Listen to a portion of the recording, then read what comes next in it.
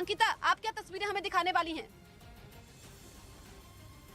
बिल्कुल, और जिस तरीके से जसप्रीत आप हमें बता रही थी कि लोकतंत्र का महापर्व है और इस पर्व में बढ़ चढ़कर सबकी भागीदारी होनी चाहिए और इसी भागीदारी को निभाने के लिए यहाँ पर हम पहुंचे हैं उन महिलाओं के पास जो कि लगातार लोगों के बीच में पहुंचकर वोट देने की अपील करती रही हैं। लेकिन सबसे बड़ी बात यह है कि हमारे दर्शकों को बता दें, इस वक्त हम मौजूद हैं ईशुदान गढ़वी के घर में। जी हाँ, पेशे से पत्रकार रहे हैं लेकिन राजनीति में के मैदान में अपनी किस्मत आजमा रहे हैं, जमीन से जुड़े हुए हैं और फिलहाल हम मौजूद हैं ईशुदान गढ़वी के घर में और इस वक्त हमारे साथ मौजूद हैं हीरल बेन जो कि इस वक्त खाना बना रही है ईशुदान गढ़वी के लिए। बहुत बहुत स्वागत है हीरल बेन आपका। खाना बन रहा है? जी, खाना बन रहा है। किसके लिए बना रही है? ईशुदान जी के लिए। ईशुदान जी के लिए। ईशुदान जी तैयार हो गए? हाँ।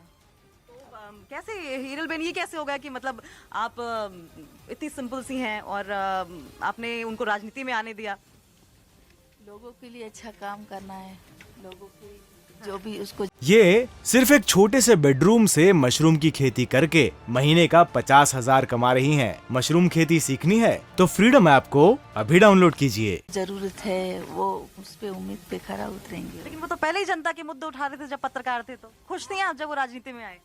हाँ, पहले मतलब कम था लेकिन अब मैं बहुत खुश हूँ क्योंकि लोगों के लिए काम कर रहे हैं। तो फिर टाइम दे पाते हैं आपको ईशुदान जी? नहीं, अब तो लोगों के बीच गए हैं तो लोगों को ज्यादा टाइम देना मतलब दे रहे हैं।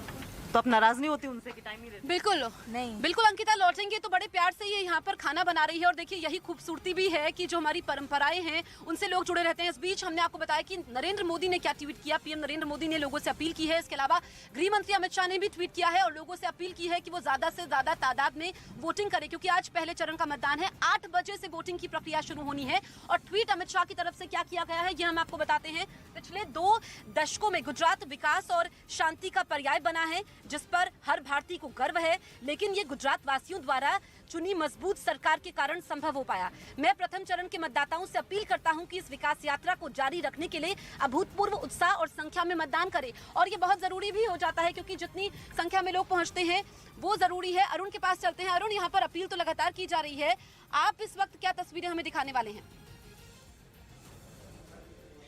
देखिए जसप्रीत, हम आप सब लोग लोकतंत्र के इस महापर्व में हिस्सा ले रहे हैं। हमारी भी जिम्मेदारी, हम लोगों को इस तरह से प्रेरित करें कि वो अपने घरों से निकले, मताधिकार का प्रयोग करें। और लोकतंत्र में अगर आपको कुछ अधिकार मिलते हैं, संविधान अधिकार देता है, तो कुछ कर्तव्य भी हैं और कर्तव्य उसमें एक ये है कि आप अपने मताधिकार का प्रयोग करें। इस वक्त मैं जिस बूथ पर हूं और जैसा कि मैं सुबह से कह रहा हूं कि ये राजकोट पश्चिम की सीट है जहां पर प्रधानमंत्री बनने से पहले नरेंद्र मोदी ने इलेक्टोरल पॉलिटिक्स में आने पर पहली बार भरोसा जताया था। इसी सीट से वो चुनाव लड़े थे और मुख्यमंत्री बने थे। मैं इस वक्त बीएलओ बूथ लेवल जो ऑफिसर्स हैं उनके पास हूं।